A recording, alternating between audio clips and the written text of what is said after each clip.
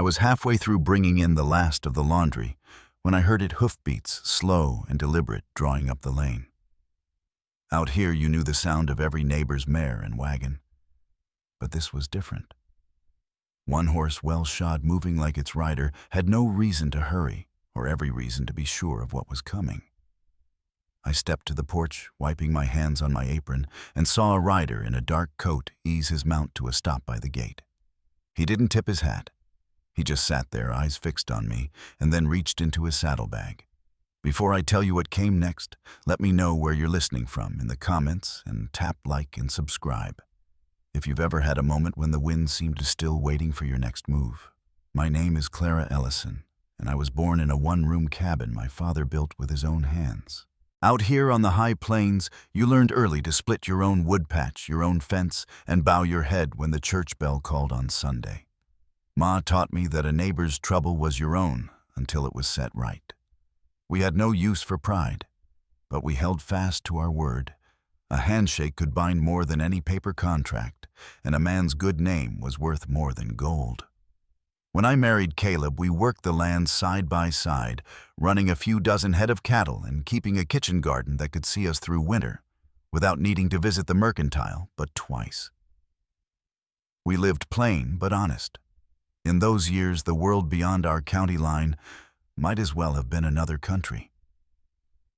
That began to change when the railroad scouts came through talking of progress and new money. Townfolk started looking at land as figures on a ledger instead of soil under their boots. Men like Silas Mercer came riding in with city clothes and smooth talk, carrying maps instead of plows. We'd heard of neighbors pushed off their claims over debts they didn't remember owing, or titles that suddenly weren't worth the paper they were written on. Folks whispered about sheriffs turning a blind eye if the price was right. Caleb believed we could weather it. Our deed was clean, our taxes paid. But after he passed that winter, I saw how fast the wind could change without a man's voice in the room. The same neighbors who brought pies to the funeral began talking to me slow, as if explaining the world for the first time. That afternoon, as the rider sat by my gate, I felt the weight of all those changes settle on my shoulders. He drew a long envelope from his bag, the paper stark against the dust on his gloves, and leaned forward in the saddle. I could see my name written there in a hand I didn't recognize. The rider swung down from his saddle without a word, the leather creaking as his boots met the packed dirt. He came up the path slow, the envelope still in his gloved hand. The wind shifted just enough to carry the smell of horse and trail dust to the porch. When he reached the steps, he touched the brim of his hat, more a formality than a greeting. "Name's Silas Mercer," he said, his voice smooth, as if the words had been practiced. "I've got papers from the county office." I took the envelope, feeling its weight, before I broke the seal. Inside was a folded notice with the county's stamp pressed deep into the paper. The words were plain enough. A claim had been filed against my land. According to the letter, there was some outstanding debt tied to the property, and unless it was paid in full, the land would be auctioned by summer's end. The amount listed could have bought 3 ranches my size, and I knew it was a figure pulled from thin air. Mercer watched me read, his eyes steady measuring. "These things can be settled quick if a body's willing to make the right arrangements," he said. I kept my voice even when I asked what kind of arrangements he meant. He smiled faintly, as if we both knew the answer. "The railroad's looking to build through this stretch. They'll pay fair if you're reasonable." His gaze traveled over the yard, the barn, the grazing pasture beyond. Of course, if you wait until the sale, you might not see a penny. The sound of wagon wheels broke the silence. Maggie Harper came up the lane in her buckboard, her figure straight and sure on the seat despite her years. She reined in by the porch and climbed down skirts, brushing the dust from the step. "Mr. Mercer," she said with a nod that carried no warmth. She'd known him from dealings in town, though I'd never had cause to speak with him before. He tipped his hat to her, still wearing that same polite mask. Maggie stepped close enough to see the letter in my hand. Her mouth tightened as she read over my shoulder. "This is foolishness," she said plainly. Your title's clean as a whistle. She turned on Mercer. We'll be speaking to Sheriff Braddock. Mercer didn't flinch. Sheriff's a busy man, and the law's the law.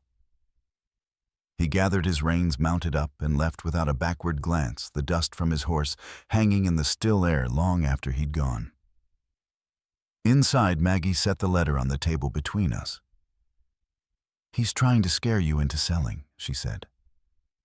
Happened to the Connors place last year.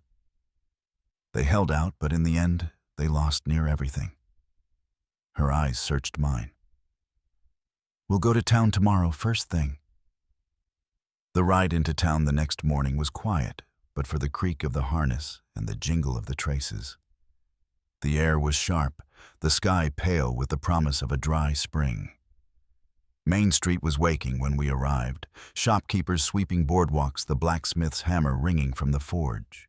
We tied the team by the courthouse and stepped inside. Sheriff Tom Braddock looked up from his desk when we entered. His face carried the lines of a man who'd seen more than he cared to, but his voice was steady when he greeted us. Clara, Maggie. What brings you in? Maggie laid the letter on his desk. Mercer claims she owes near $2,000 on her land. Says it's tied to the property. Braddock read the notice, his brow furrowing. This filing came through my office, but I didn't see it until now. He set the paper down, leaning back in his chair. The railroad's been making claims all over the county. They've got lawyers working every angle. I asked him if the claim had any truth to it. He hesitated just long enough for the answer to settle in my gut. Not that I can see, he said, but they've got the means to drag this into court, and court costs alone could ruin a person. Maggie crossed her arms. So, what's to be done? Braddock rubbed his jaw. I'll check the registry, see if there's any record of debt. In the meantime, don't sign anything, don't agree to anything. His gaze met mine. And be ready for company. Men like Mercer don't leave matters alone for long. We left the courthouse with more questions than answers. On the walk back to the wagon, folks glanced our way, their conversations quieting as we passed. Word traveled fast in a town this size, and trouble had a way of drawing eyes. At the mercantile, Maggie insisted we pick up flour and lamp oil before heading back. While she haggled over prices, I stood by the window watching the street. Mercer was there talking with a man in a dark suit I didn't recognize. They shook hands, and Mercer glanced toward the store, his eyes finding mine through the glass. His smile was small, but it carried the weight of a warning. The road home felt longer than the one we'd taken in. Clouds gathered low on the horizon, their shadows crawling over the pasture. Maggie said little, and I kept my thoughts to myself. By the time we reached the gate, the sun was dipping, the air turning cool. I carried the supplies inside and set them by the pantry. Maggie lingered at the door. I'll be back in the morning, she said. We'll see what Braddock finds. She gave my hand a firm squeeze before climbing into her wagon and driving off. The house settled into its evening quiet, the ticking of the mantel clock filling the room. I lit a lamp and set the claim notice beside it, the county seal catching the light. Outside, the wind picked up, rattling the shutters. Somewhere in the distance, a lone rider was making his way down the road, the sound of his horse carrying across the open land. Sheriff Braddock's promise to check the registry kept me close to home the next day, though my eyes followed every sound beyond the fence line. By mid-morning, I'd gone over the barn twice, brought in the milking, and mended the back corral gate. The wind had a raw edge to it, carrying the scent of damp earth from somewhere far off, and each time it rattled the porch boards I looked up from my work. Just past noon, I spotted a rider coming along the southern trail. The sun caught the brass of his badge before I recognized his horse. Braddock dismounted slow, hitching the reins over the fence rail. His boots left clear prints in the dirt as he came up the path. He carried a small ledger under one arm, and the lines around his eyes were drawn tighter than they'd been the day before. Inside at the kitchen table, he opened the ledger and turned it so I could see. Registry shows no debt, no lien, Nothing that should have prompted that filing, he said. But the clerk's got an order from the county judge to process it anyway. His tone made plain what wasn't written. Orders like that didn't come without someone leaning hard. Maggie arrived not long after her face set as she took in Braddock's words. "So it's fixed," she said. "Mercer's got the judge in his pocket." Braddock didn't argue. "The judge is riding circuit just now. Won't be back for a week. I'll send a wire, but you should be ready for more pressure before then." We stepped outside together, the sheriff scanning the road before mounting up. "Keep your doors locked at night," he told me. "And if Mercer or anyone else shows with papers, tell them to speak to me first." His horse's hooves drummed a steady beat as he rode off toward town. The rest of the afternoon passed with a restless stillness. I set about hauling water and splitting kindling, though my thoughts stayed on that ledger page. Toward evening, I heard wagon wheels in the lane. This time, it wasn't Maggie. It was a man I didn't know driving a load of fence posts. He pulled up short, tipped his hat, and asked if I'd be interested in selling. Just the timber, not the land, he said, though the way his eyes moved over the house told a different story. I sent him on his way without more than a polite word. After supper, Maggie returned with news from the mercantile. 2 other families got notices today, she said, setting her bonnet on the peg. Smaller spreads both near the proposed rail line. One's thinking of selling before it gets worse. We sat with the lamp between us, its light pooling over the claim notice still lying on the table. Outside, the frogs had begun their low chorus from the creek, but it brought no ease. The next day dawned gray, and by mid-morning a fine mist was blowing in from the west. I was on the porch bringing in the wash when Mercer came riding up again. He stayed mounted this time, calling out that he had a fresh offer from the railroad. I told him I wasn't interested. He smiled in that practiced way of his. "Offers don't stay on the table forever, Mrs. Ellison. Sometimes they vanish quicker than you'd expect." His horse turned under him as he left hooves splashing through the puddles forming in the ruts. By week's end, the damp had settled deep into the ground, and the air carried the smell of wet hay. Maggie and I decided to drive into town to send a letter to my cousin in Abilene, who'd had dealings with land agents before. Main Street was muddy under wagon wheels, and the boardwalks slick from the rain. We stopped by the telegraph office, then crossed to the sheriff's to check for any word from the judge. Braddock shook his head. "No reply yet. But I did hear Mercer's been meeting with surveyors just south of your boundary." On the way back to the wagon, a thin man in a bowler hat stepped out from the barbers blocking our path. "Mrs. Ellison," he said, tipping his hat. "Name's Ezra Coleman." He introduced himself as a representative for the railway. "We'd be happy to take this matter off your hands before it turns sour." His voice was light, but the meaning behind it was as plain as a posted notice. Maggie's hand tightened on my arm, and we walked on without answering. The ride home was quiet, the sky lowering with the promise of more rain. By the time we reached my gate, the first drops were pattering on the wagon cover. Maggie helped me carry the few supplies inside, then said she'd be back after the Sabbath to check in. I watched her drive away, the wagon wheels cutting fresh tracks in the soft road. That evening, I lit the lamp early. The light pushed back the corners of the room, but couldn't quite ease the weight that had settled over the house. I took the claim notice from the table, folded it along its creases, and set it in the drawer by the door. The wind picked up after dark, rattling the panes.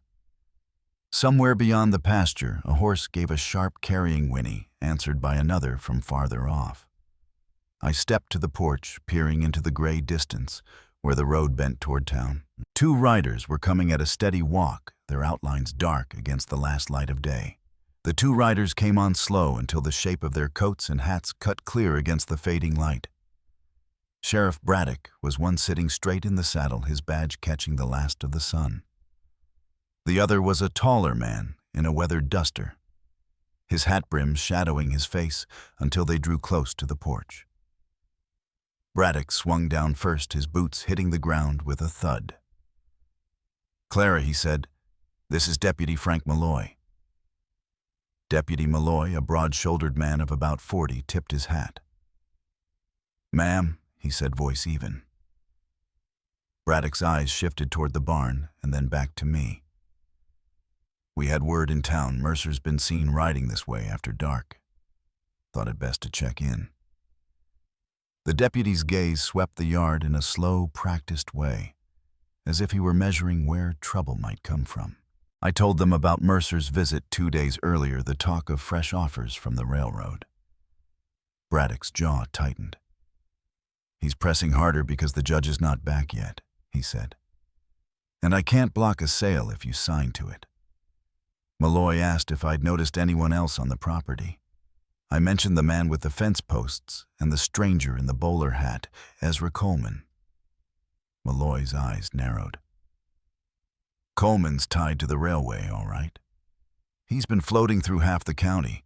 They stayed long enough to walk the perimeter of the yard, with me checking the gates and the line of the fence nearest the road. Braddock advised keeping the lantern lit in the front window at night." "Let 'em see you're awake," he said. Before mounting up, he promised to wire again to the judge in the morning. The next 2 days passed with a slow heaviness. I kept to my chores, stacking wood by the kitchen door, mending a tear in the roof of the chicken coop. Maggie came by each afternoon with bread or eggs, staying long enough to share news from town. Each time she brought word of another family approached by the railroad's men. On the third morning, rain threatened in the west. I was in the barn pulling down a sack of feed when hoofbeats sounded in the yard. Through the open door, I saw Mercer dismount. He wore a slicker against the coming rain, his gloves, neat boots polished. Without waiting for an invitation, he stepped inside the barn. "Mrs. Ellison," he said, "I've brought an agreement the railroad's willing to sign today." He held out a folded sheet, the edges dry despite the damp air. I didn't take it. "Sheriff says to bring anything like that to him," I told him. Mercer smiled in that thin way of his. "Sheriff Braddock's not the one the judge answers to. You could have cash in hand before the month's out." I stepped back toward the stall, resting a hand on the mare's neck.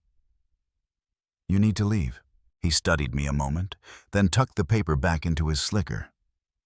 "Think on it," he said, and walked out to his horse. The sound of his departure was swallowed by the wind.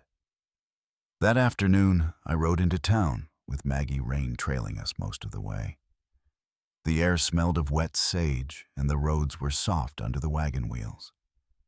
At the courthouse, Braddock was speaking low with Deputy Malloy.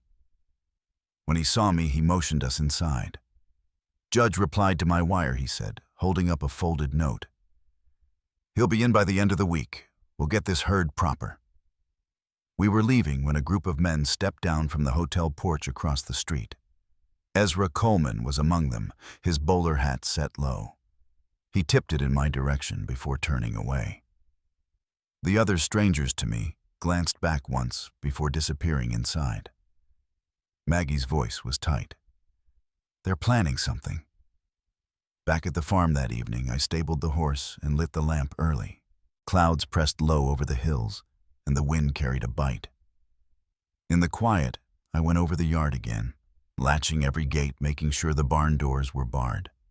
Just before I stepped inside, I thought I caught the creak of saddle leather somewhere beyond the pasture.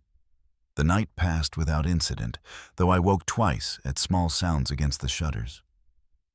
Come morning, I found nothing disturbed, but the unease stayed.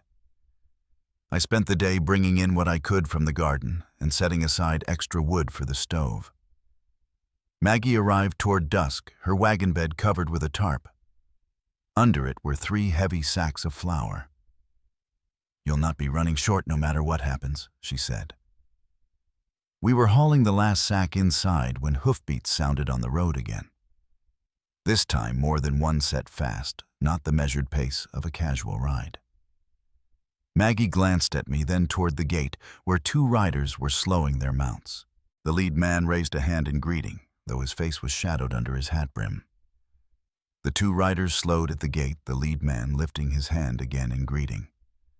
As they came closer, I recognized Deputy Malloy, with a younger man riding just behind. Malloy swung down first, his boots landing square in the dirt. "Evening, Mrs. Ellison," he said.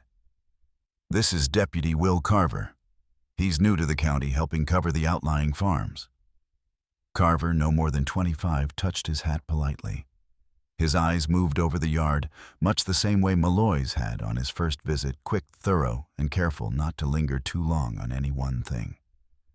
"We've been riding the South Road," Malloy explained, keeping an eye for anyone circling properties more than once. His glance held mine a moment before he added, "Word is Mercer's men have been riding in pairs now." I asked if there'd been trouble. "Not yet," Malloy said. "But there's been talk in town of a meeting between the railroad agent and the judge ahead of schedule." The younger deputy's mouth tightened, though he said nothing. Maggie, standing just behind me on the porch, stepped forward. "Judge isn't due for 3 more days," she said. Malloy nodded. "That's what makes it worth noting." They stayed long enough to walk the fence line with me, stopping where a rail near the pasture had been shifted, the earth scuffed fresh. "Could be nothing," Carver said, "but I'd keep it in mind." Before leaving, Malloy promised they'd pass by again before the week was out. The air grew still after they left, the sound of their horses fading into the distance. Maggie and I carried the flour inside, stacking it neatly in the pantry. "They're closing in," she said quietly. I set the lamp on the table, its glow filling the room, and told her I intended to be in town when the judge arrived, no matter the hour. The next day dawned bright but cool, the clouds breaking over the hills. I took the wagon into town with a load of eggs and butter to sell, thinking to hear more at the mercantile. Inside talk was low, but steady. 3 more families had been approached, one already agreeing to sell. Near the back, I saw Mercer speaking with Ezra Coleman. Their heads bent close together until Mercer noticed me. He straightened, offering that thin smile of his. "Morning, Mrs. Ellison," he said, as if we were merely acquaintances sharing the same road. I paid for my supplies and left without answering. Outside, Sheriff Braddock was tying his horse at the hitching post. "Glad I caught you," he said. "Judge Harper's coming in tomorrow, riding the morning stage from the north. We'll bring your case first." His tone carried a steadiness I'd come to trust, though I saw the lines deepen at the corners of his eyes. "You'll want Maggie with you," he added. Back at the farm that afternoon, I set about clearing the last of the garden before frost. The wind was dry, rattling the bare stalks, and the sky carried the pale color that comes before a cold snap. Toward evening, Maggie arrived in her buckboard, a basket of apples on the seat beside her. "For the trip," she said. We agreed to meet at her place at first light, riding into town together. That night, I packed the small things I might need, papers, the deed to the land, the claim notice, all wrapped in a length of cloth. I set them by the door and kept the lamp burning low until after midnight. Once or twice, I thought I heard a horse in the distance, but the sound never drew closer. The morning came sharp and cold, our breath showing in the air as Maggie and I drove toward town. Frost clung to the grass along the creek beds, and the wheels crunched over the stiff ground. We reached the courthouse as the stage was pulling in, Judge Harper stepping down from it. He was a stout man in a heavy coat. His beard trimmed close eyes, quick under the brim of his hat. Braddock met him at the steps, speaking low before waving us forward. Inside the courtroom smelled faintly of lamp oil and wood polish. A few townsfolk had taken seats along the benches, their interest plain.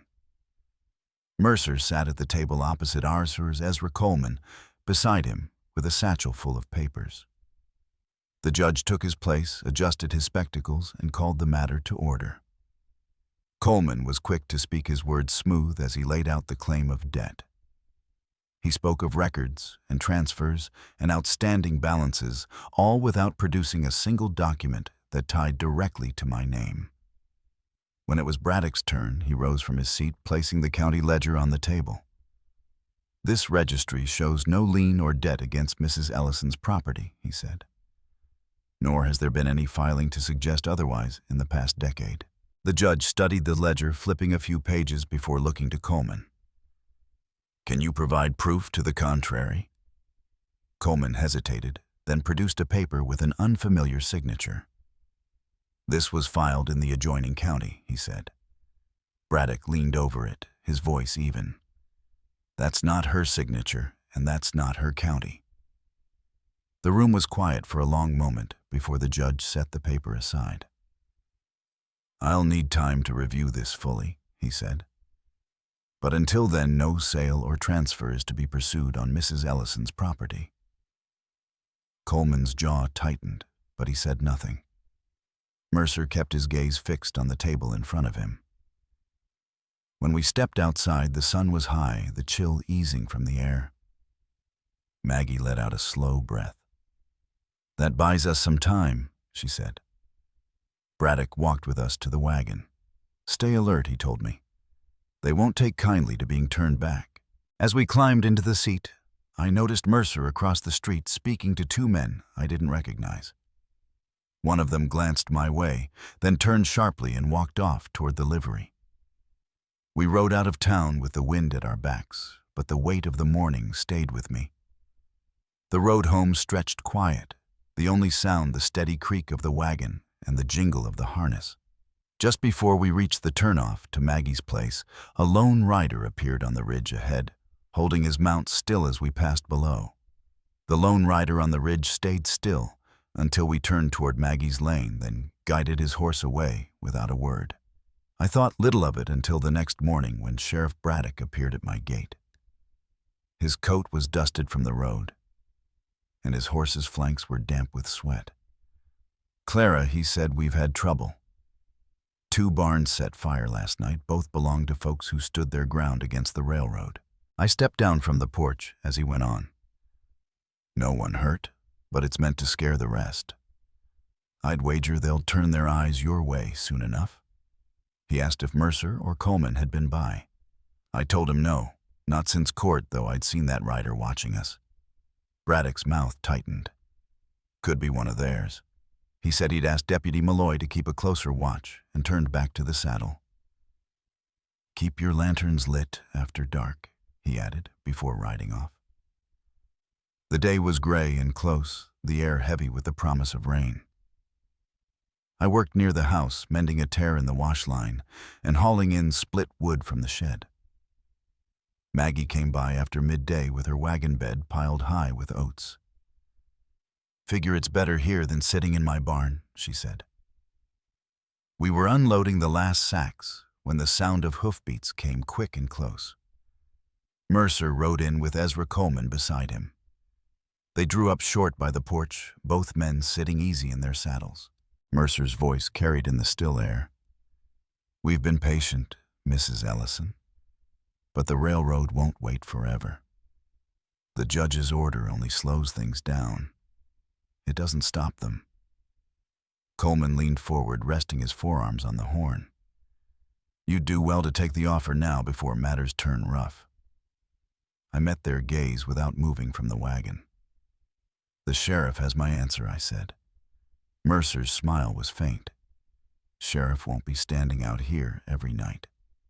They turned their horses and rode off at a walk, but I noticed Coleman glance over his shoulder before they reached the road. That evening, Maggie stayed until near dark, and we made sure the barn doors and gates were latched. I set the lamp in the front window, as Braddock had advised.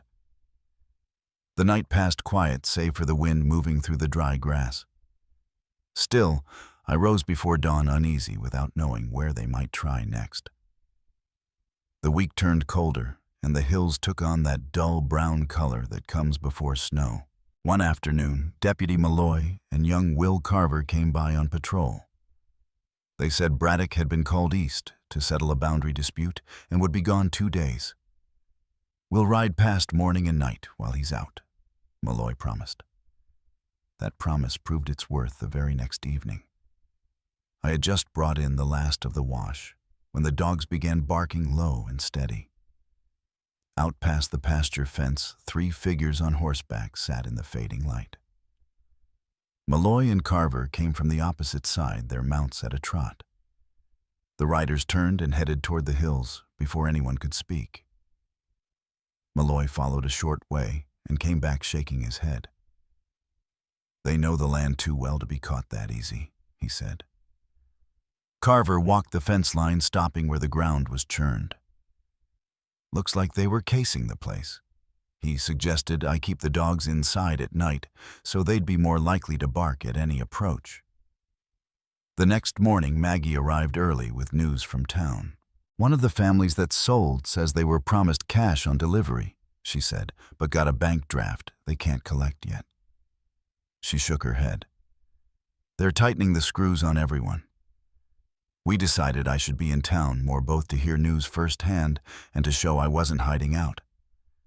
The following day, I rode in with eggs for the mercantile and stopped by the sheriff's office. Braddock was back, and he listened close to the account of the riders. "I'll be sending a wire to the marshal," he said. "If the railroad's hiring out intimidation, it's a federal matter." Outside, the wind had picked up, carrying grit along Main Street. I crossed toward the livery and caught sight of Mercer speaking with two men I hadn't seen before. One was tall and wiry with a scar along his jaw. The other wore a coat too fine for trail work. When Mercer noticed me, the talk stopped and all three stepped inside the livery. By the time I rode home, the sun was low and the sky streaked with red. Maggie was waiting at the gate. "I saw them ride past here not an hour ago," she said. Didn't even look over, but I knew their kind. We took the horses in and closed up the barn for the night. Later, I stood on the porch, listening to the wind move through the pasture. In the distance, a single lamp glowed on Maggie's porch. Beyond that, darkness stretched toward the hills, where trouble was likely waiting its turn. Braddock returned 2 days later with news that set the tone for what came next. He'd spoken to the marshal in Dodge, who agreed to send a man if the intimidation kept up. "Could take a week," Braddock said, "and until then, it's just us." Maggie stood beside me on the porch, her hands folded tight in front of her. "Then we'd best make sure they find nothing easy to push through," she said. That afternoon, I walked the line of the pasture fence again. In the far corner, where the ground sloped toward the creek, I found fresh cuts in the top rail, small deliberate notches where someone had tested the wood. I marked the spot with a rag and went back to fetch hammer and nails. While I worked, the sound of a single horse drifted across the field. Mercer rode up slow, as if he'd come only to pass the time. "Mrs. Ellison," he called, reining in just short of the fence. "The railroad's offer still stands, though I can't say how much longer." I kept my eyes on the rail as I set the last nail.